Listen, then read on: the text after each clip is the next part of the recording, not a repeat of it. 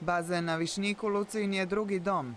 Trenerica Danijela prati je od 7. godine, još dok je bila neplivač.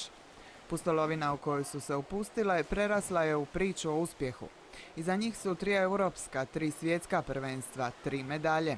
Državne, a ima ih Lucija više od 80 i ne broje.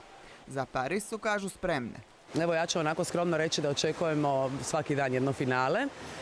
I mislim da trebale bi biti i medalje i ne idemo se tamo pokazati, nego već prije 2 godine na Europskom smo mi uzeli već 2 srebra. Prošle godine na svjetskom smo u sva finala ušli i bili 5. i 6. 2 put 5. i 6. 1 put 4.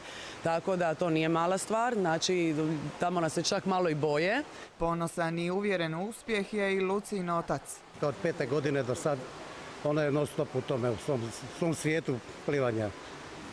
A sve to ne bi ja mogao ništa sam, jer ja sam samo dio karike, jedan dio lanca, jedna mala karika, da nije bilo ovog grada, ovih lijepih ljudi u gradu koji su mi stvarno pomogli.